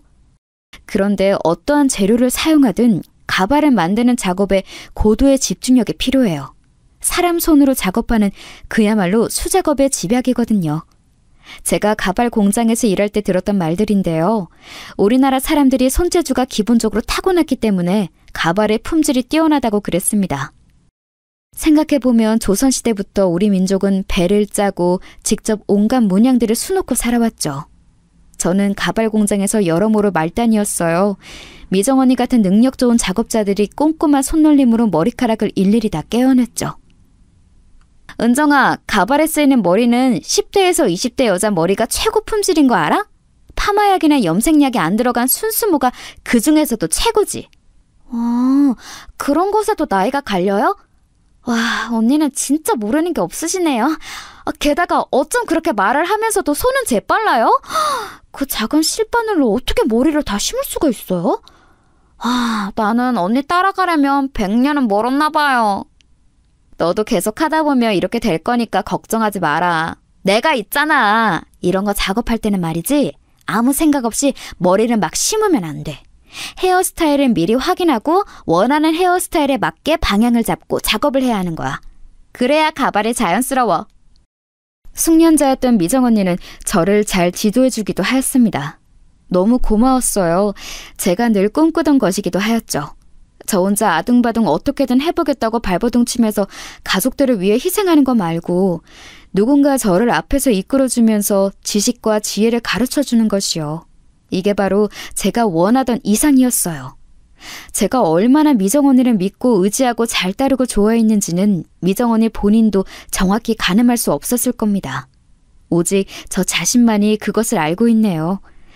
저는 다른 두 언니들에게 돈을 다 갚았는데 그때까지도 미정 언니는 저에게 한결같이 이런 말을 건네주고 있었습니다. 나는 괜찮아. 급한 거 하나도 없어. 무조건 괜찮으니까 네가 여력이 될 때 내 돈은 갚아도 돼. 그래도 상관없어. 고마움을 넘어선 감동이었죠. 저는 미정 언니의 말과는 달리 돈을 바로 갚아줄 심산이었어요. 그간 돈을 갚느라 힘들게 쪼달리며 지냈고 생활비를 넉넉히 주지 않는다는 이유로 가족들의 눈총까지 받아왔지만 그럼에도 이 생활을 더 지속하면서 미정 언니의 돈부터 갚아줄 작정이었던 거예요. 하지만 너무 황당한 일이 벌어지고 맙니다. 제 여동생이 집안의 막내가 거하게 사고를 쳐버렸던 거예요. 웬 논팽이하고 눈이 맞아서 그대로 사라졌습니다. 이때 동네방네 난리가 났었고요. 여동생은 그냥 사라진 게 아니라 집에 있던 것들을 꽤 챙겨갔어요. 친정 아버지하고 첫째 조카하고 생일이 고작 사흘 차이인데요. 하필이면 그때 생일을 같이 챙기기 위해 저희 식구들이 웬일로 정말 오랜만에 뜻을 모아서 준비를 하고 있었습니다. 새언니라고 부르고 싶지도 않은 첫째 조카의 생모, 그 여자가 사라진 이후로 초상집이었던 집안의 분위기를 조금 바꾸어 보자는 취지였죠. 저도 그걸 알기에 허리띠 졸라매고서는 생일 준비에 들어가는 돈을 냈어요. 철딱서니가 늘 없었던 저희 집안 넷째도 돈을 바리바리 모아서 따로 선물을 미리 마련했었고요. 그런 것들을 막내가 죄다 쓸어갔던 거예요. 기어이 친정 어머니께서는 충격에 알아 누우셨고 건강이 확 악화되었습니다. 친정 아버지는 가슴을 치며 분노하셨죠. 이때부터 오빠들이 집에서 등을 돌렸어요. 자기들 살 길 찾아가겠다는 거였죠. 이놈의 집구석 역시나 글러먹었어. 나 같은 사람이 장남으로 있어주기에는 이 집구석의 그릇이 너무 작아. 설비일 배우고 있는 것도 잘 되고 있으니 나는 이대로 나 혼자 잘 먹고 잘 살아볼 거야. 나도 슬슬 재혼 생각이 들고 있는데 이득보다는 손해만 가득한 집안과 얼른 발길 끊고 사는 게 더 나을 것 같네. 이런 식구들이 딸려있다고 하면 괜찮은 여자들은 아무도 나하고 재혼 안 해주려고 할 테니까. 심지어 작은 오빠는 아이를 친정 부모님께 떠넘기듯 전가해버렸습니다. 화가 난 저는 작은 오빠에게 따지고 들었고 여태까지도 네가 돈을 안 빌려줬으면 애엄마가 도망 안 갔다는 황당한 생각을 가지고 있었던 작은 오빠 역시 저에겐 날을 세웠어요. 그러면서 아예 남매 사이가 틀어졌죠. 너무 우울했어요. 이러나 저러나 저는 가족이 우선이라고 생각하며 살아온 사람이었기에 관계가 완전히 돌이킬 수 없어진 것에 너무 큰 스트레스를 받았습니다. 가발 공장도 점점 상황이 안 좋아지고 있었고요. 제가 가발 공장에 들어갈 때도 예전만 못하다는 세간의 평이 있었지만 설마 하니 계속해서 쇠락의 길을 걸을 줄 몰랐던 거예요. 당시에 제가 뭘 많이 배우기를 배운 것도 아니었고 해안을 지닌 것도 아니었으며 사회를 읽을 줄도 몰랐으니 막연히 제가 열심히 하면 가발 공장도 다시 활기를 찾을 수 있을 거라는 순진한 생각을 품었던 겁니다. 지금 생각하면 아주 말도 안 되는 거였죠. 집안 상황도 별로인데 가발 공장까지 점점 입지가 좁아지고 있으니 제가 이 시기에 많이 힘들었어요. 공장이 힘들어지니까 당연히 인력도 줄어들었습니다. 저 역시 감축 대상에 걸려들었어요. 그리고 워낙 손기술이 좋아서 일찍 잘리지 않았던 미정 언니는 드물게도 본인 의사로 그만두었습니다. 그러면서 저를 찾아와 봉투를 건네주었는데 거기에는 제가 힘든 상황에서도 돈을 챙겨 모았던 흔적이 들어있었어요. 제가 미정 언니에게 빌렸던 돈의 딱 절반 되는 액수였는데요. 일을 잘리고 마지막 출근하던 날에 미정 언니에게 건네주었던 것인데 이렇게 돌려받을 거라고는 꿈에도 몰랐어요. 언니, 나는 아직 갚을 게 남아있는데 이걸 나한테 돌려주면 어떻게 해요? 언니도 사정 좋지 않은 거 다 알고 있어요. 그러니까 이러지 마세요. 은정아, 내가 미리 말을 못해서 미안한데 그간 나에게 많은 일들이 사실은 있었어. 너도 나에게 남자친구가 있다는 건 알고 있지?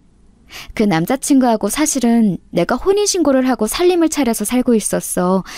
안 좋게 보일까봐 어디에도 말을 못했고 너에게 알리면 네가 뭐라도 챙겨주려고 할까봐 나중에 알려줄 생각으로 지금까지 말을 못했네.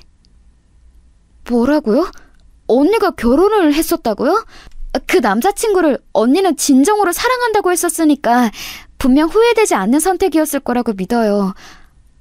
그런데 돈은 왜 돌려주시는 거예요? 언니의 표정이 꼭 멀리 떠나는 사람 같아요. 혹시 이제 남편이 된 그분하고 어디 멀리 가서 살기로 하신 거예요? 너에게 내 일을 말해주지 못한 게 너무 미안했어. 그래서 이건 숨김없이 다 말해줄게. 나 그 사람하고 얼마 전에 이혼을 했어. 자유로 꿈꾼다던 그 사람이 나하고 결혼한 후에는 변심을 했거든. 이렇게 살기 힘들다고 하더라. 나도 정확히는 모르지만 그 사람은 꽤 돈은 많지만 앞뒤 꽉 막힌 집안에서 나고 자란 모양이었거든. 그래서 자유롭게 멋대로 사는 게 꿈이라고 하더니 막상 저질러버리자 후회가 됐나 봐. 그 모습을 보고 나는 이혼을 해줬어. 잠깐만요. 너무 혼란스러워요. 이혼이라뇨? 언니 왜 그러셨어요? 이혼료 딱지 붙게 되잖아요. 언니에게 하등 좋은 일이 아니잖아요. 왜 이혼해 주신 거예요? 그럴 수밖에 없었어. 왜냐하면 지금 내 뱃속에 생명이 자리 잡았거든. 그런데 이 결혼 생활을 원하지도 않는 사람에게 아이의 아빠를 시켜줄 수는 없어. 그런 아빠 밑에서 아이가 어떻게 행복하겠어? 나는 우리 아버지가 가정을 저버리고 집을 나간 걸 본 사람이라서 절대 용납 못해. 그야말로 충격의 연속이었습니다. 임신 이야기를 듣고는 뭐라고 말을 해야 할지도 몰랐어요. 그래서 한참이나 미정 언니가 하는 말을 가만히 듣고 있었던 것 같아요. 미정 언니는 모친께서 살고 계신 지역으로 갈 거라고 했어요. 저에게 작별의 선물을 주고 싶은데 딱히 생각나는 게 없어서 저에게 받은 돈이라도 돌려준다고 하였죠. 제가 어느새 흐르기 시작한 눈물만 닦고 있는데 미정 언니가 이렇게 말해주었어요. 내가 새로운 곳에서 자리를 잡고 나면 은정이 너에게 연락을 할게. 그래도 되지? 금방 연락을 주게 되면 좋겠지만 못 그럴 수도 있으니까 그 사이에 네가 결혼이라도 하게 될 수도 있겠다는 생각이 들더라. 혹시 결혼 생각이 있다면 꼭 가정적인 남자를 만나.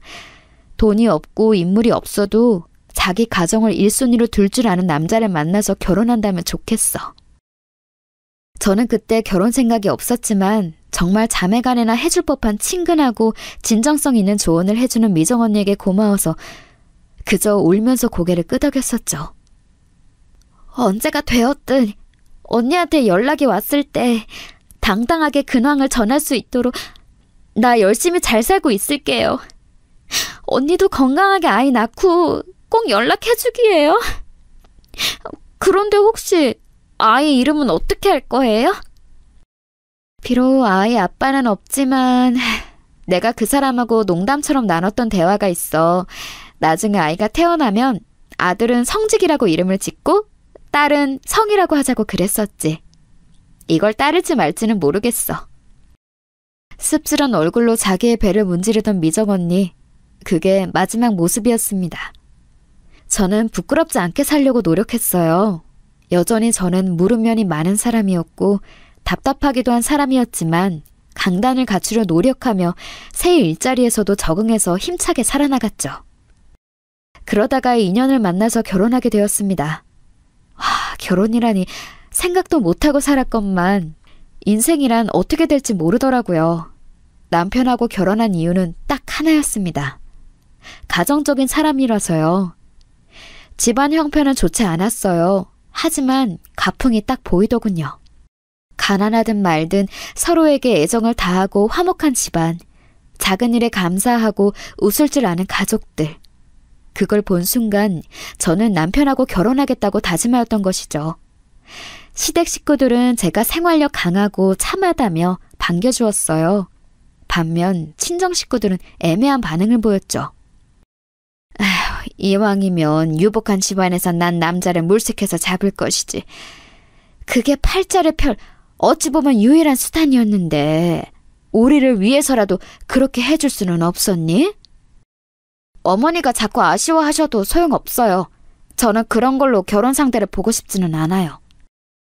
미정 언니의 조언을 따라 가정적인 남자로 고르길 잘했다고 저는 100번 1000번 생각했습니다.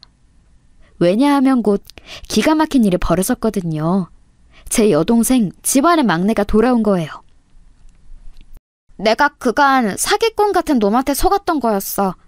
결혼하자고 하더니 결국 여러 여자가 있었더라. 창피하고 속상해서 바로 집에 못 오고 다른 곳에서 생활하다가 돌아왔어. 그런데 큰언니가 결혼을 앞두고 있었구나. 다행이다. 내가 잘 맞춰서 돌아왔네. 그런데 너 몸이 왜 이래? 피부가 울긋불긋 이상하잖아. 뭐 잘못 먹기라도 했어? 아니야, 큰언니. 이건 잘못 먹어서 그런 게 아니라 언제부터인가 그냥 이렇게 되었어. 원인을 몰라. 큰 병원 가서 진료받는 수밖에는 없는데 돈이 좀 들어갈 것 같아. 큰언니가 도와줄 수 있지? 결혼 때문에라도 모아둔 돈 지금 있을 거 아니야. 맞지? 당시에는 지식이 부족해서 잘 몰랐는데 극심한 스트레스와 환경 변화로 인해서 막내는 만성 두드러기와 습진 같은 걸 얻게 된 것이었죠. 약국에서 약타단 먹어도 안 나으니까 돈이 필요해서 결국 집에 돌아왔던 거였고요. 이런 막내의 치료비 제가 다 냈습니다. 오빠들은 거의 남이 된 지 오래였고 넷째도 겉돌며 지내고 있었고 친정 부모님은 몸 성하신 곳이 없는 채로 첫째 조카까지 계속 돌보고 계셨으니 그런 돈 부담은 저 아니면 할 사람이 없었네요. 그런데 남편 싫은 내색 한 번 안 했어요. 막내 처제가 무사히 집으로 돌아와서 이제 정착을 한다니까 다행이다. 결혼 앞두고 경사가 따로 없네.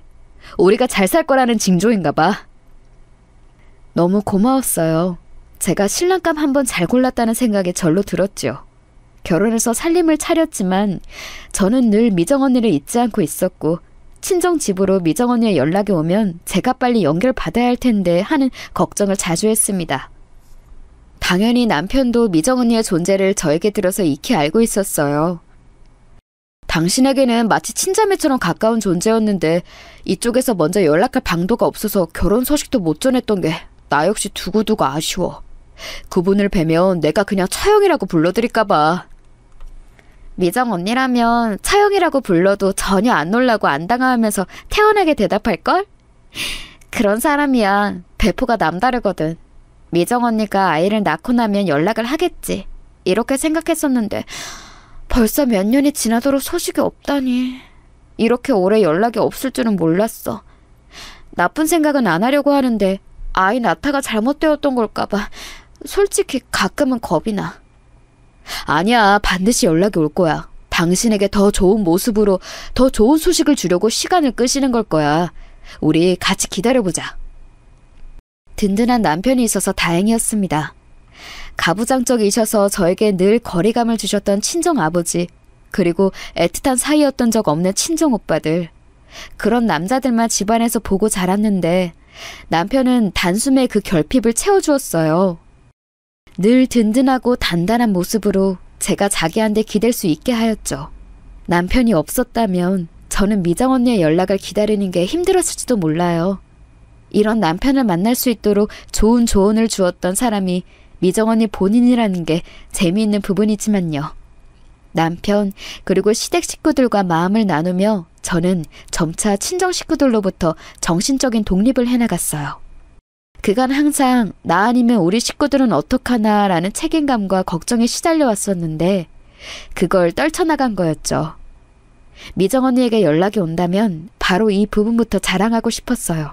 저의 노력과 희생을 알아주지도 않는 친정 식구들과 드디어 거리를 두기 시작했다고 신나게 떠들고 싶었어요. 그렇기에 더욱 애타게 미정 언니의 연락을 기다렸는데 어느 날 저는 생각지도 못한 종류의 미정 언니 연락을 받게 되었습니다. 아니, 정확히는 미정 언니의 소식이었죠. 여보세요? 누구시라고요? 미정 언니의 모친 되시는 분이라고요? 안녕하세요. 처음 인사드리게 됐어요. 저는 미정 언니와 함께 일했던 친한 동생이에요. 그런데 어머님께서 저에게 연락을 어떻게 주신 건가요? 미정 언니는 지금 잘 지내고 있죠? 참, 아이는요? 잘 크고 있나요? 지금까지 우리 딸의 유품을 건드릴 용기가 나지 않아서 이제야 유품을 정리하다가 우리 딸이 그쪽 아가씨에게 연락을 하기로 했다며 메모를 해놓은 종이를 발견하게 되었어요. 우리 딸 미정이 지금 하늘나라에 있습니다. 출산하고 나서 후유증을 크게 앓았는데 뭐가 잘못되었던 것인지 알지도 못한 채로 어느 날 돌연 심장마비가 와서 영영 떠났어요. 아이는 잘 크고 있고요. 그런데 다만 앞으로는 내가 아이가 잘 커가는 걸 지켜봐주지 못할 것 같아요.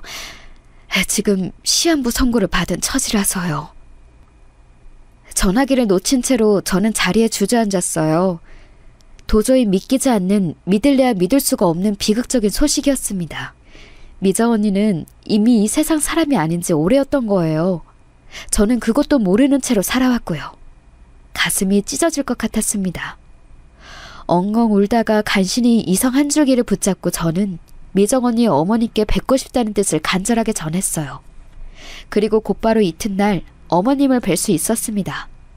그 자리에는 어린 아이도 한 명 있었죠. 우리 성직이 이렇게 말 잘 듣고 착한 아이도 또 없어요. 머리도 좋고요.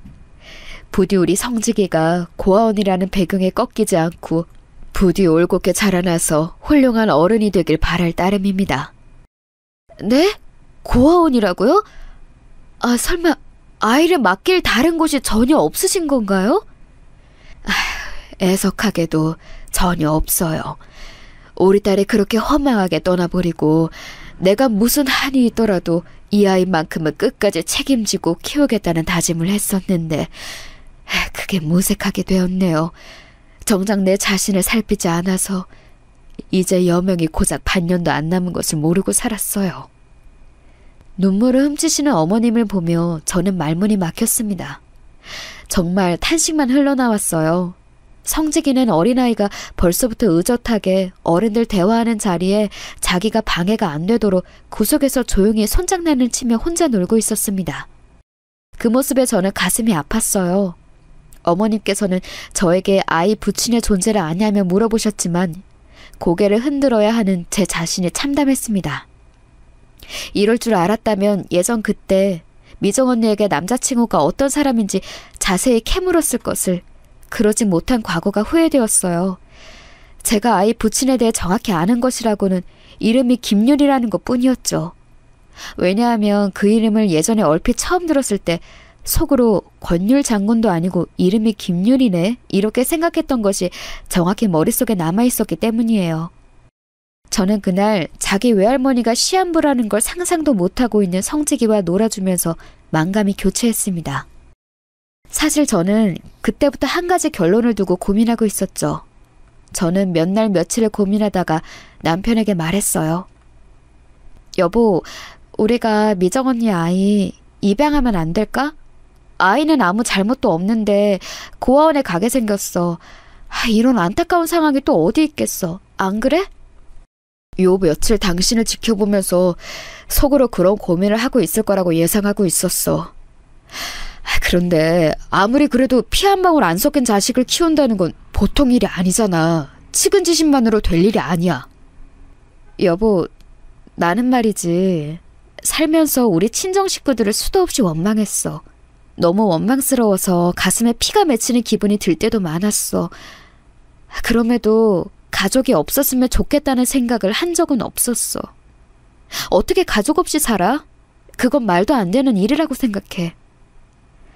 저라는 사람을 잘 알고 있는 남편은 한숨만 내쉴 뿐 반대를 더하지 않았습니다. 그러더니 이틀 뒤 제 손을 맞잡으며 고개를 끄덕여 주었죠. 큰 결단을 내려준 거예요. 저는 그런 남편을 부둥켜 안았습니다. 고마워 여보. 정말로 고마워. 결코 쉽지 않은 결정이었다는 거 잘 알아. 나 역시 신중하게 고민했음을 앞으로 내가 몸소 증명할게. 내가 앞으로 정말로 잘할게. 저희 부부는 둘 다 눈물을 흘렸어요. 얼마나 다사다난한 앞날이 펼쳐질지 겁도 나고 막막했죠. 그러나 서로를 믿고 내린 결단이었습니다. 시댁 식구들은 모두가 기함하긴 했지만 저희 두 사람의 선택을 존중해 주었어요. 반면 친정 식구들은 입에 거품을 물기스러 난리들이었어요. 특히 친정 부모님은 곡소리를 내셨죠. 생판 남의 자식이고 피 한 방울 안 섞였는데 입양을 하겠다고? 부친이 누구인지도 모르는 아이인데? 아이고야, 자식이라고 있는 것들이 왜 다 이 모양 이 꼴일까? 은정이 너는 번듯하게 잘 살고 성품도 올곧다고 여겼는데 기어이 이렇게 잘못 사는구나. 너는 내가 건강이 계속 악화되고 있다는 걸 알면서도 내 가슴에 대못을 어찌 박으려고 들어. 이런 천하의 불효를 보았나. 아이를 끝내 입양한다면 나는 그날부로 네 아버지가 아니다. 너는 내 자식이 아닌 거야. 친정 부모님의 일갈에 눈물이 핑 돌았어요. 지난 세월이 주마등처럼 눈앞을 스쳐갔죠. 그 어떤 헌신도 희생도 사랑도 제가 베푼 모든 것들은 소용없었던 거예요. 자기들 멋대로 살고 있었던 오빠들 역시 제 입양을 비난했고 막내는 입양해서 키울 돈 있으면 그 돈 나 좀 줘라는 식으로 나와서 제 속을 긁어놓았습니다. 그러나 저는 뜻을 굽힐 생각이 없었고 남편은 제 편이었어요. 죽는 그날까지 제 편을 하겠다며 오히려 제 손을 강하게 잡아주었죠. 그것으로 된 것이었네요. 제가 가슴에 안고 살아온 친정 식구들을 뒤로한 채로 저는 성직이의 엄마가 되었습니다. 성직이의 외할머니, 미정 언니의 어머니께서는 병원에서 조용히 눈을 감으신 뒤였죠. 입양 절차를 밟고 나니까 성직이에게 미안해졌어요. 성직이는 이렇게 하고 싶다, 저렇게 하고 싶다, 원하는 걸 정할 수가 없었기 때문이에요. 아무리 어린 아이라도 자기 인생이 걸린 중대사는 선택권을 줬어야 맞았을 거라는 생각이 그제서야 들더군요. 성지가 이제부터는 이모라고 부르지 말고 엄마라고 불러줄래? 내가 우리 성직이의 엄마가 되어주고 싶은데 그래도 괜찮을까?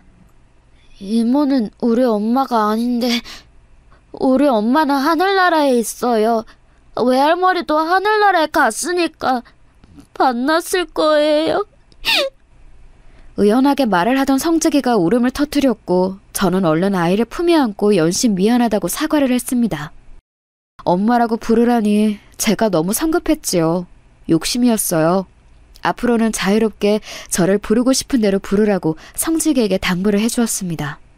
엄마나 아빠가 아니라 가족의 울타리가 되어주는 거라고 그런 말을 성직에게 몇 번이고 해주었죠.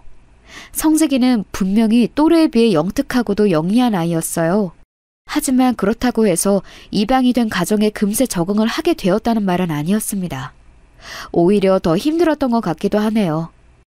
성재기는 똘똘한 만큼 머릿속에 생각이 너무 많은 아이였고 기억이 아니라 사진으로만 남아있는 자기 엄마와 쭉 의지하며 살아왔는데 일찍 허망하게 세상을 떠난 자기 외할머니의 부재에 강한 공허함을 느꼈습니다. 학교에 들어간 이후로는 친구들 사이에서 은근하게 겉돌았어요. 그래서 저희 부부의 걱정을 샀습니다. 저하고 남편이 얼마나 머리를 싸맸는지 몰라요.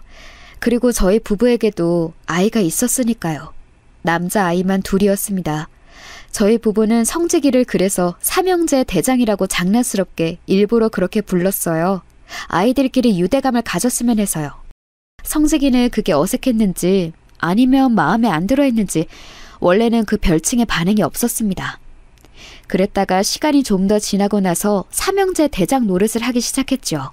동생들의 숙제를 봐주고 공놀이 상대를 자처했고요. 그런 변화가 저희 부부를 웃게 만들었습니다. 저는 남편에게 늘 고마운 마음이었기에 시댁 식구들에게도 잘하려고 항상 노력했어요. 제가 그런 모습을 보이며 사니까 시댁 식구들도 제가 진심을 다해 입양한 성직이에게 점차 마음을 활짝 열며 아이에게 잘해주려고 하더군요. 선순환이었던 것 같아요. 유복하진 않아도 늘 웃음이 넘쳤습니다. 남편의 누나인 제 시누이가 억울하게 사기 사건에 휘말려서 큰돈이 날아갔고 시아버지께서 간 질환으로 고생하시느라 병원비도 많이 깨졌고 남편의 회사가 갑작스러운 부도를 맞아서 가게가 완전히 휘청거리게 되었지만 이런 일련의 과정들을 겪어도 가족들끼리는 화목했다는 게 신기할 따름이에요. 성직이가 사춘기를 지나면서 학교에서 자잘한 사고를 쳤을 때가 오히려 돈 문제보다 더 속상했죠. 너 한 번만 더 학교에서 연락 오게 만들면 그때는 정말 크게 혼날 줄 알아? 너 이렇게 말썽이나 피우라고 학교 보내는 거 아닌데 왜 사고를 쳐? 너 자꾸 이렇게 우리를 걱정시킬래? 됐어요. 저한테 신경 쓰지 마세요. 걱정 하나 척도 하지 마시고요. 어차피 저는 친자식도 아니잖아요. 친자식들한테나 신경 많이 쓰세요. 사춘기 때의 아이가 얼마나 엇나갈 수 있는지 저도 머리로는 알고 있으나 가슴이 미어지는 건 어쩔 수 없더군요. 돌아서서 많이 울었어요. 이제 성직이는 제가 친자매처럼 여겼던 언니의 아들이 아니라 제 아들이나 다름없었는데 성직이 입에서 친자식 운운하는 게 나오니까 정말 어떻게 해야 할지는 모르겠더라고요. 이때 친정 어머니께서 건강이 너무 나빠져서 시설에 들어가시게 된 문제로 정말 오랜만에 친정 식구들과 제대로 된 연락을 하게 되었어요. 그동안은 친정 부모님 생신과 명절 때만 짧게 안부 주고 받는 게 다였거든요. 저는 속상하고 고민이 되는 마음에 친정 식구들한테 성직이 이야기를 털어놓았는데 되려 또 비웃음만 샀습니다. 그러면서 친정 식구들이 하는 말이 저에게는 돈 뜯어낼 구석이 안 보이니까 앞으로는 영영 연락하지 말자고 그러더군요. 제가 변변치 않은 형편에서 사는 꼴이 한심하다고도 했어요. 어이가 없더라고요. 그게 어떻게 친가족에게 할 수 있는 말인지. 그러니까 제 친정 식구들이 늘 서로 관계가 개판이었던 거겠죠. 그 와중에 제 바로 밑 여동생 넥제가 따로 연락을 해왔어요. 제가 성직이를 입양할 때 유일하게 손가락질하지 않았던 친정 식구이기도 했죠. 언니, 내가 결혼해서 아이 낳고 키워보니까 지금까지 언니가 얼마나 힘들고 위대한 일을 해왔는지 조금이나마 가늠이 되더라. 남들이 학교에서 공부하고 있을 때 언니는 공장에서 일을 하며 우리 식구들의 생활비를 벌어왔었고 피 한 방울 안 섞인 남의 자식 입양해서 지금은 키우고 있지. 언니는 정말 대단한 사람이야. 나 그렇게 사정이 좋지는 않지만 언니에게 힘을 주고 싶어. 내 비상금 언니 줄 테니까 요긴하게 써줘. 생각도 못한 일이었어요. 놀란 심정으로 그 돈을 받았네요. 객관적으로 큰 돈은 아니었으나 너무나도 소중했어요.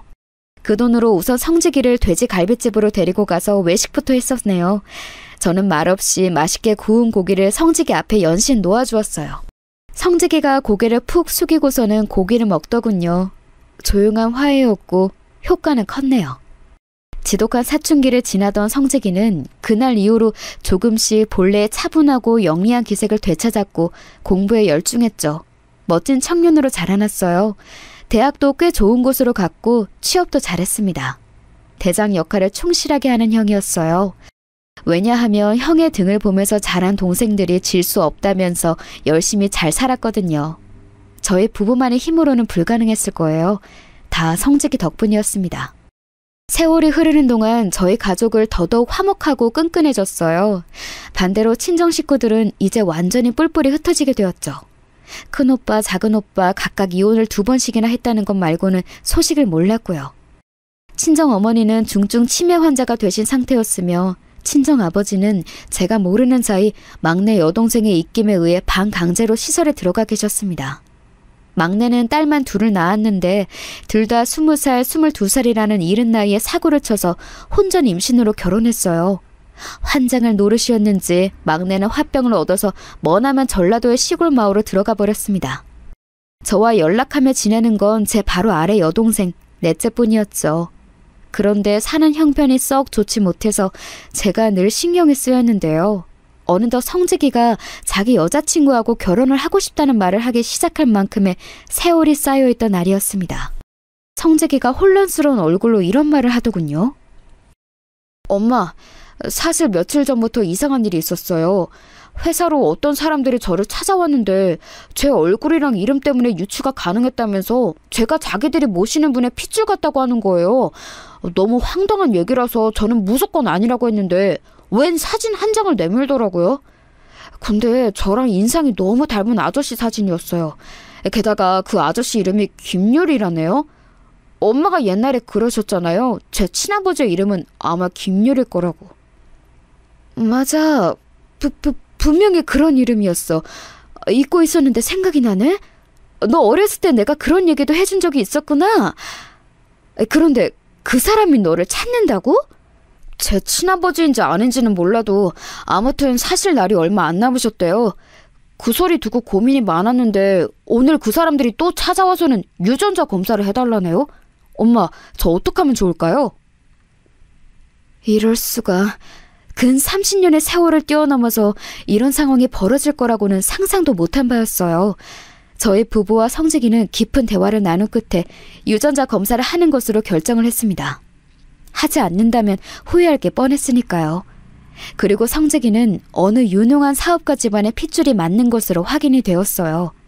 그 사업체에 몸을 담고 있는 임원 한 분이 거래처를 직접 돌다가 성재기가 다니고 있는 회사에 발을 들이게 되었는데 성재기를 보자마자 고개를 갸웃하셨었다네요.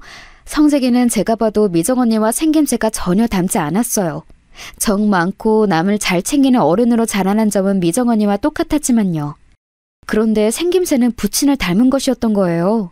임원분께서는 성직이 생부의 병문안을 가셨다가 젊을 적 모습과 꼭 닮았길래 신기해서 명찰을 확인했는데 이름이 성직이었다라는 말씀을 흘리셨어요. 그걸 그냥 넘기시지 않은 성직이 생부는 확인 절차를 밟으셨던 것이고요. 저는 옛날에는 가발 공장 입구 근처에서 멀찍이 보기만 하였던 미정 언니의 남자를 세월이 흐르고 나서야 똑바로 마주하게 되었어요. 조금이 가까운 그에게 다가간 제가 조용히 입을 열었죠. 기억하고 계셨던 건가요? 미정 언니와 나누셨던 대화, 나중에 아이가 태어나면 아들은 이름을 성직이라고 하자던. 예, 기억하고 있었고 말고요. 뿐만 아니라 이제 와서 고백을 하자면 저는 미정이가 임신 중이라는 것을 얼핏 눈치채고 있었습니다. 이혼하자고 했을 때 임신 사실을 미정이가 밝힌다면 저는 그대로 남을 작정이었지만 그러기는커녕 저를 잡지도 않고 이혼을 해주더군요. 그래서 저는 임신인지 아닌지 정확히 확인하지도 않은 채 겁이 나서 비겁하게 도망을 쳤어요. 그 후로 집안에서 정해준 상대와 결혼도 했지만 행복하지 않았습니다. 일부러 아이도 갖지 않았죠. 10년을 살다가 이혼을 했고요. 소리 없이 눈물을 흘리시더군요. 회한의 눈물이었을 거예요. 성직의 생부는 자기 몫의 재산을 모두 성직에게 주고 떠나시겠다는 뜻을 밝히셨어요. 그래야 하늘나라에서 미정 언니를 떳떳하게 만날 수 있다고 하시면서 말이죠. 막상 성직이는 자기 생부 앞에서 별 말도 없이 어색하게 굴었으나 장례식장에서는 뜨거운 눈물을 쏟았습니다. 그 곁에 저희 부부가 있어 주었죠. 저는 하늘을 보며 미정 언니에게 인사를 건넸어요. 친애하는 미정 언니, 잘 지내고 있죠? 성직이는 이제 엄청난 자산가가 되었고 우리 부부한테 돈 관리를 맡기겠다면서 알아서 그냥 써버리라네요. 참나, 이게 말이 되나요? 언니, 이건 기적이에요? 아니면 언니가 내다본 미래인가요? 확실한 건 이게 현실이라는 것이었죠. 저희 부부는 상의 끝에 제 여동생 넷째부터 도와주었습니다. 지질한 형편으로 마음고생하던 넷째는 여유를 거머쥐게 되었고요. 시댁 식구들에게도 베풀었어요. 모두가 행복하게 웃었네요. 친정 오빠들도 좀 도와주고 싶었는데 그 양반들 쪽에서 먼저 연락을 사절하는 바람에 그러지를 못했습니다. 이게 다 자업자득이고 인과응보라는 것일까요? 돈이 넉넉하지 않아도 화목하게 잘 지내왔던 저희 가족들, 돈이 생기고 나서도 더욱 잘 지내고 있답니다.